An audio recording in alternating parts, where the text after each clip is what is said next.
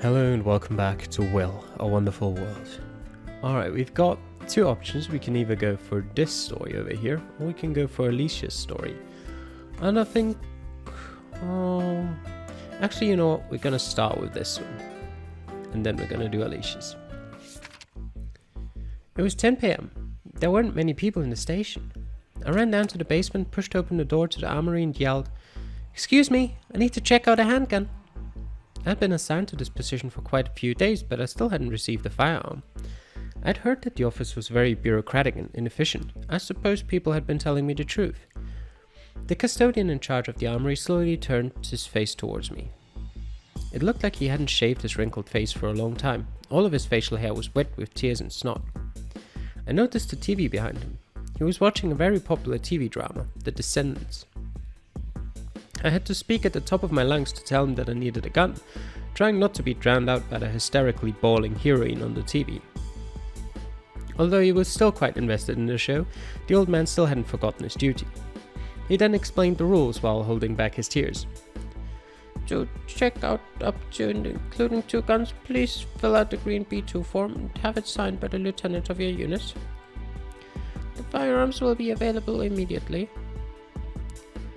To check out more than 2 guns, please fill out the pink C15 form and have it signed by the captain of the station. The weapons will be available in 5 hours." I took the form. I tore the pink C15 form into pieces. "Sir, you've got to be kidding me. 5 hours? It's really a matter of life and death. I just need a tiny handgun." I slammed my fist onto the desk out of frustration. "Don't slam the desk." The custodian pulled 2 napkins out of a box, then blew his nose and wiped his tears away. He turned around and refocused on the TV screen with the box of napkins still in his hand. The heroine had just been diagnosed with a terminal illness. It was the hero's turn to bawl hysterically. I squeezed the torn pieces of paper in my palm and tossed them into the trash bin by the door as I stormed out of the armory. I let out a sigh. Fine. It should be okay if I just go ahead without a gun, right? Nope. I rushed out of the building, hailed a cab and headed towards the port.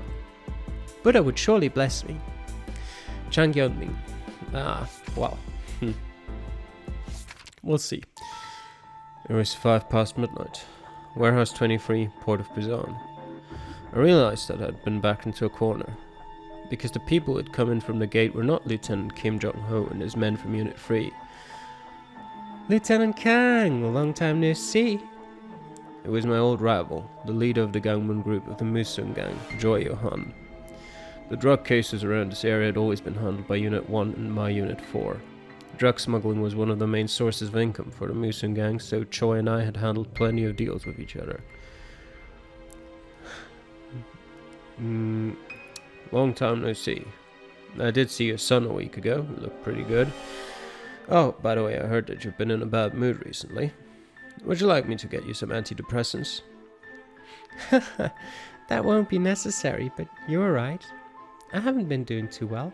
That's why I bought myself some new toys to cheer myself up with. I want you to share the fun with me, Lieutenant Kang. Everything went quiet for a brief moment. Suddenly, a loud orchestra of metallic noise erupted in the warehouse. I could see that the containers were riddled with bullet holes. There was even rice pouring out of some of them. An M134. Choi Yo-han, that was indeed impressive. The M134 minigun is a rotary machine gun, with M134 being the version designated by the United States Army. Nicknamed Vulcan, its rate of fire can reach 6,000 rounds per minute, and its maximum firing range can reach 1 kilometer. It uses 7.62 by 51mm NATO ammunition, and is capable of firing tracer or armor-piercing ammunition. While firing, its 6 barrels rotate, driven by an electric power source. Its multiple barrels allow for a greater capacity for a high firing rate, since the serial process of firing, extraction, loading is taking place in all barrels simultaneously, hence maintaining its firepower and range. The scaled-down variant of the XM134, XM214, fires the 5.56 times 45mm NATO round and can be operated solo by connecting the main switch and pressing on the trigger.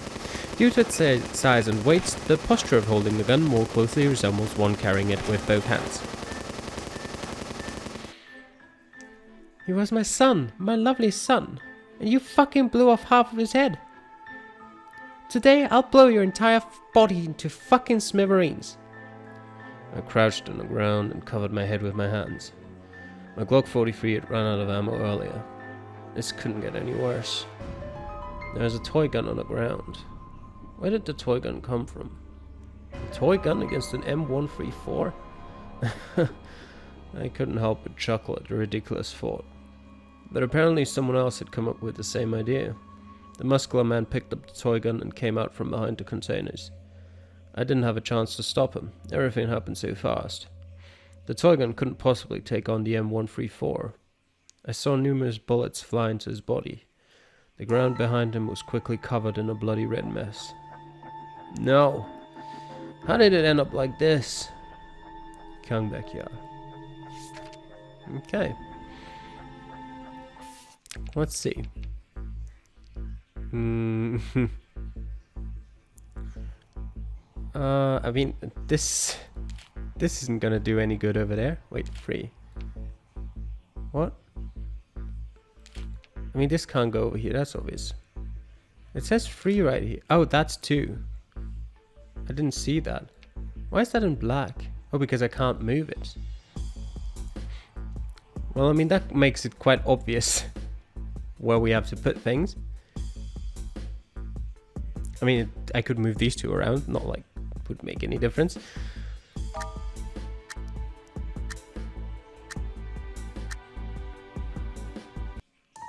The machine gun slowly stopped, and I heard lots of people yelling outside. I peeked out to take a look.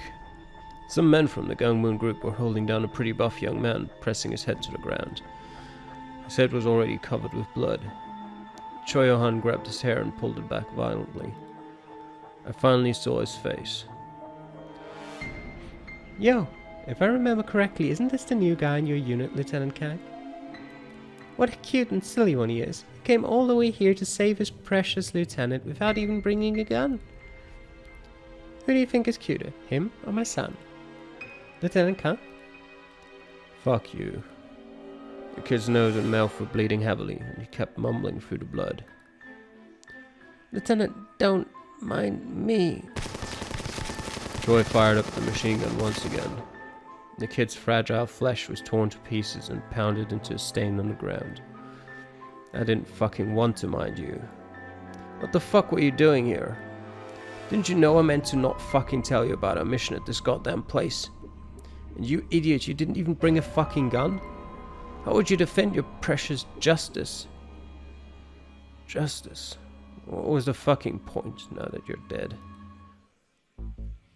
I looked at the toy gun as if it was mocking me. I tore the pink form into pieces in a rage. The goddamned rules. Were these stupid rules more important than a human life? The custodian was staring at the TV and he paid no attention to me. I squeezed the torn pieces of paper in my palm and tossed them onto the desk. Then I stormed out of the armory without looking back. I let out a sigh. Fine. It should be okay if I just go ahead without a gun, right? Wrong. I rushed out of the building, hailed a cab and headed towards the port. Buddha would surely bless me. Okay, that's bad for both, but it's not like I can do anything else, right? I mean, I can't move those over here. The only thing I can do is move that over there. Can't move these. I can move these 2 around. But what's the point?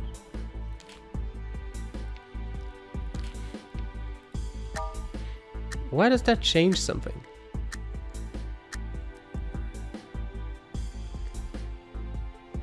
Have it signed by the lieutenant of your unit.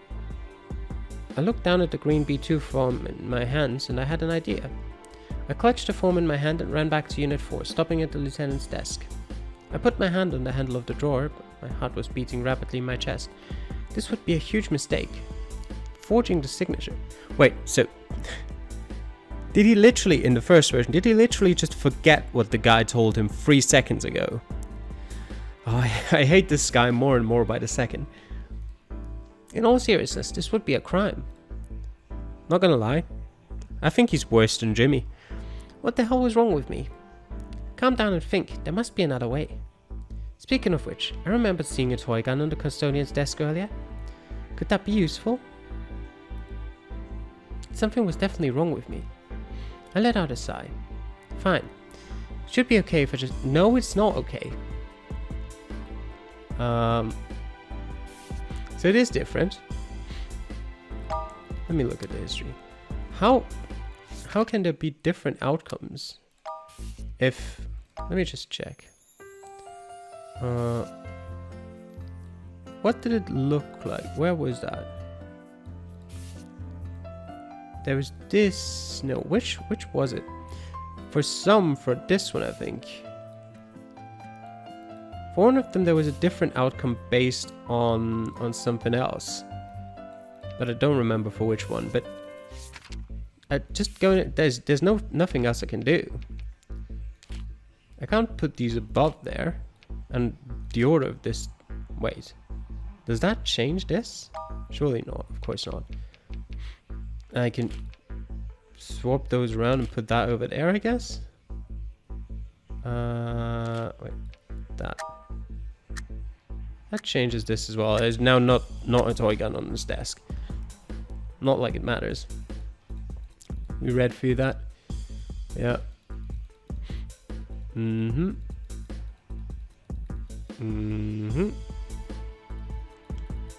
Wait, give me a second. I'm getting a call. Okay. Well, nothing changes here. I want to think about this carefully once again. I have 3 parts that I can move. I cannot move this. These 2 parts cannot go over here because they're X. There's X's there. So these 2 parts need to be here. I can put them this way or this way. It doesn't matter. I'm going to change the story slightly because he's apparently got the brain of a goldfish. But other than that, it doesn't matter. This one right here can be here where it doesn't end well. Or it can be down here where it doesn't end well. That's the only options, because it needs to be after this. So this doesn't change anything, this doesn't change anything. I'm curious, what does hints do? Sure, show me hints. Wait a second. Can I put this below here? Oh, I can put stuff below there. Huh. Well, I didn't see that. Okay, sure. We'll go with that.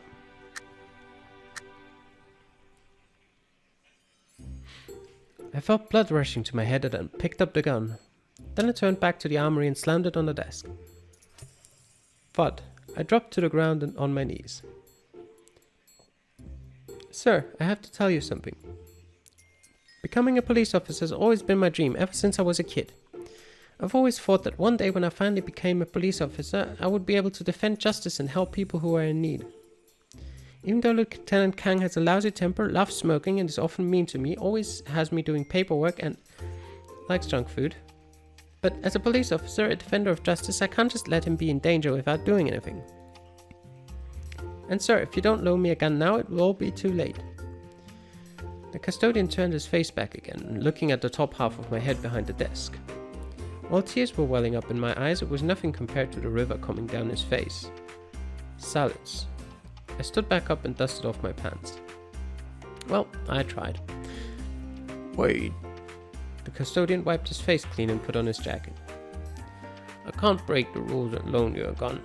However, I'll come with you. Oh, by the way, bring this along too. The custodian stuffed a toy gun into my hand. A toy gun? Are you kidding me right now? However, the old man seemed dead serious, so I tucked the gun into my waistband. Still, as a rookie cop, all I had right now was a toy gun and the custodian of the checkout counter of the armory. I was beginning to feel uncertain about this rescue mission. You didn't feel uncertain going alone without a gun? Okay. The M134 abruptly stopped firing. Then I heard the sound of metal hitting the ground. I heard lots of people yelling outside. We've read this before. I peeked out and saw that Choi Yo-han was lying on the ground, unconscious. His lackeys were completely frantic and running around hysterically. I didn't know what exactly had just happened, but it was my only opportunity. I charged into the crowd and took a gun from one of the mobsters. However, even with a weapon, I was still outnumbered. Just when I was about to be swamped, I saw a shadow running behind those bastards. At first, I thought it was just my imagination.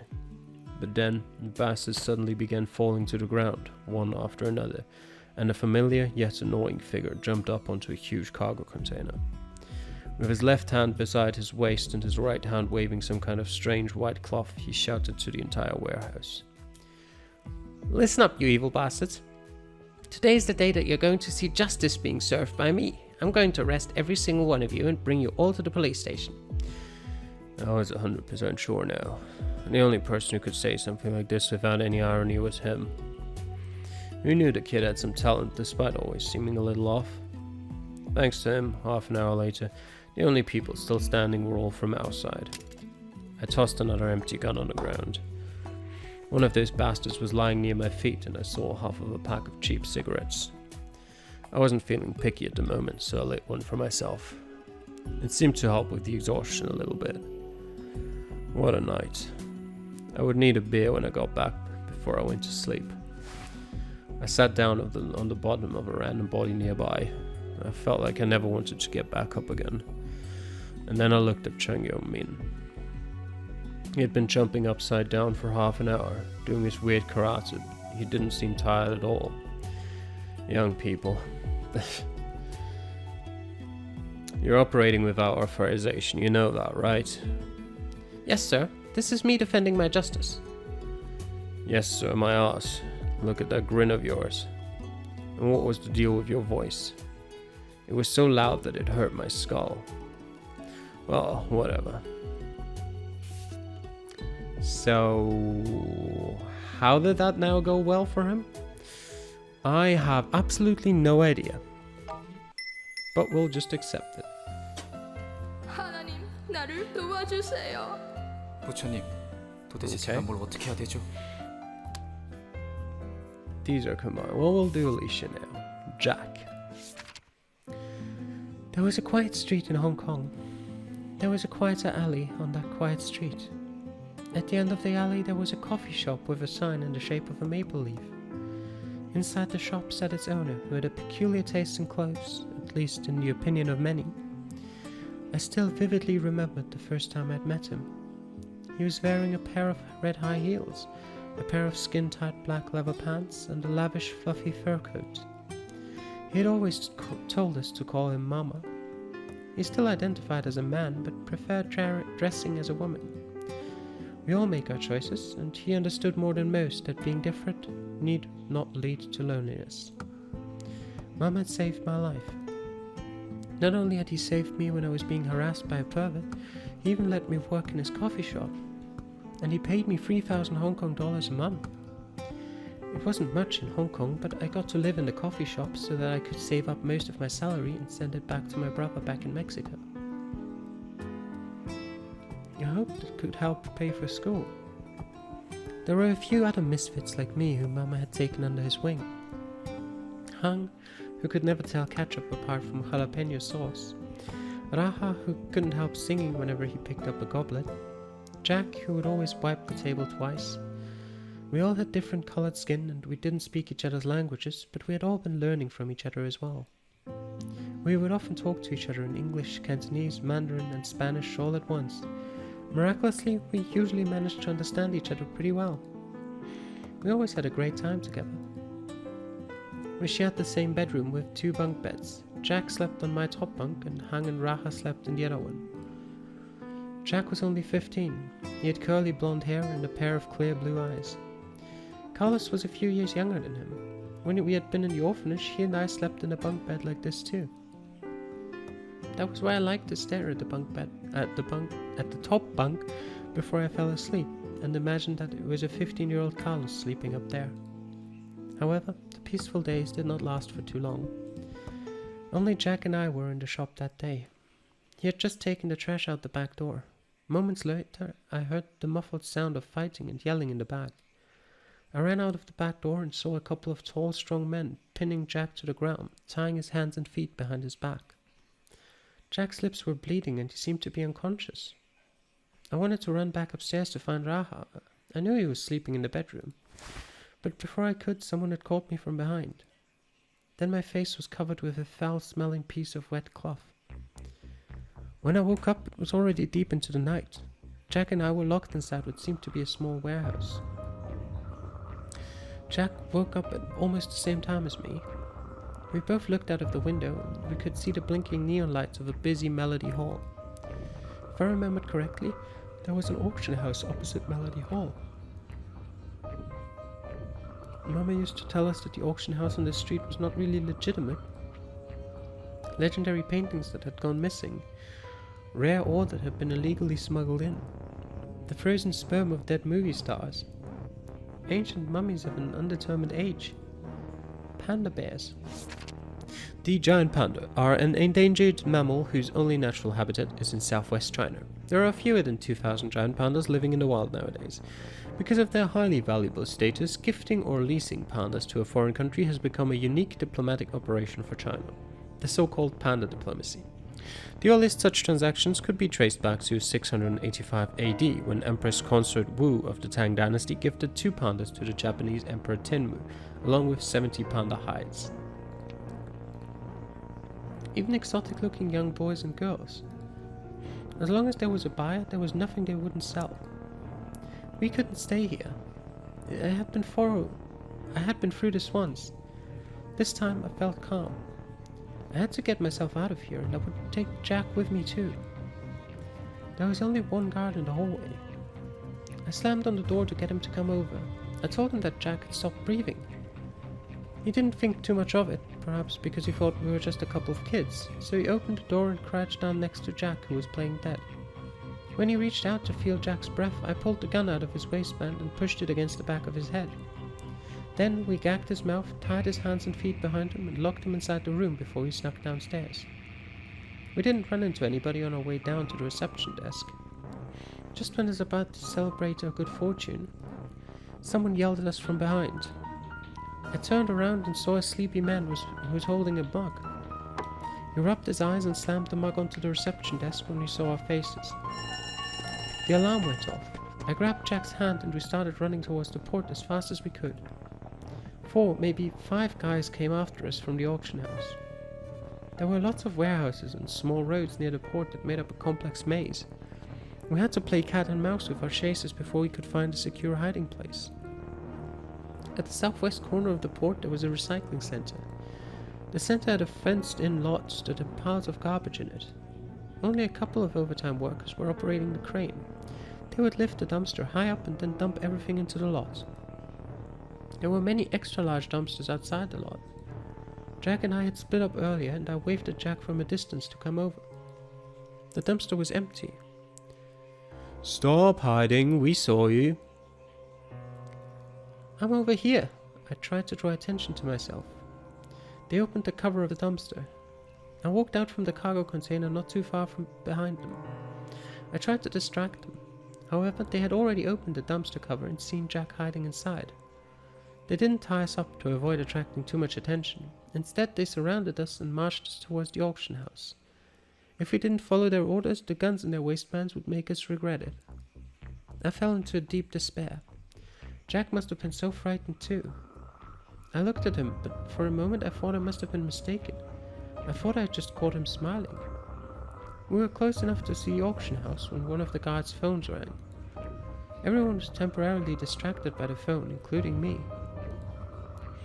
But a gunshot interrupted the ringing. A guard had already fallen down. A bullet had just gone through his head.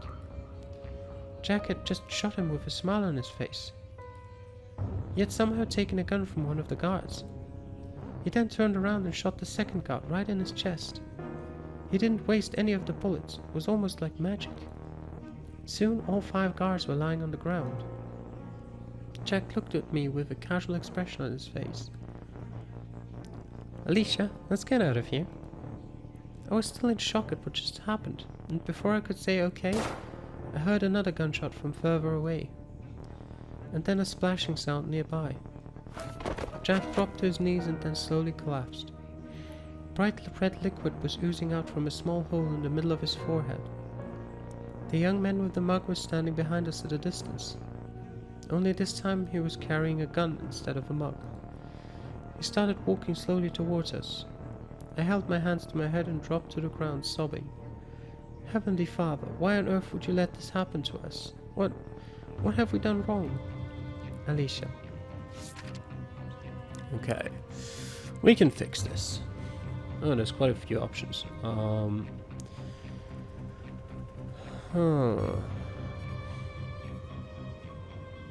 Okay, this needs to go down here. How about we just try this?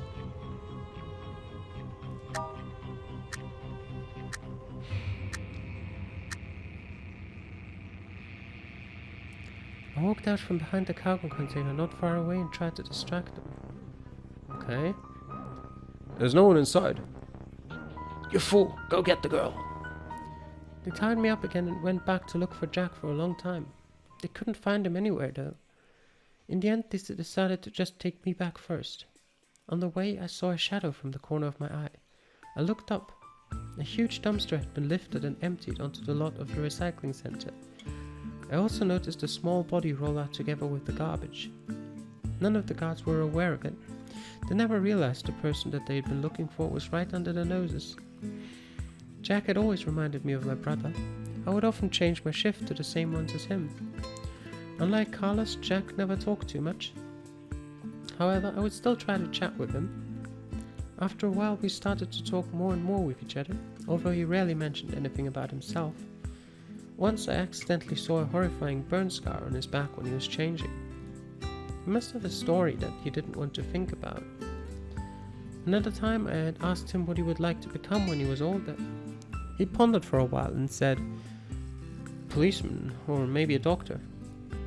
The look in his face was almost like he had been looking at an ocean of blossoming flowers, and he had been enchanted by the hypnotizing scent of the flowers. The warm summer breeze was kissing his exquisite blonde hair, and the glowing sunlight was shining inside his sky blue eyes. He almost looked like an angel to me at that moment. I knew he was not just saying that. He had a lot of books. When he wasn't working, he would always be reading in the bedroom. Even when he was on a shift, he would sit behind the bar and read when there were not too many customers. He spent all of his earnings on books.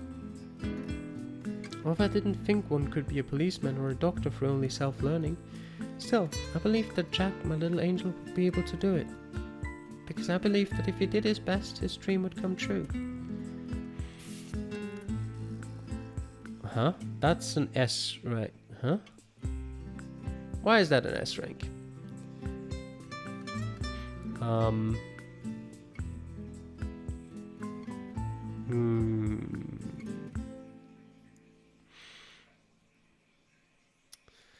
Wait, does that mean Jack is alive? I thought for sure that when it said a huge dumpster had been lifted up and emptied onto the lot of the recycling center, and I noticed a small body roll out together with the garbage, I thought for sure that he's dead. Well, apparently not, and apparently Alicia doesn't matter, so sure, she goes back with the guards. Jack's fine though. Alright, we got an S first try. As I said, I don't quite understand how or why, but we'll leave it there for this episode. I've noticed that I can't really read properly today, I'm not sure why, but thank you for watching. I'll see you guys next time. Bye.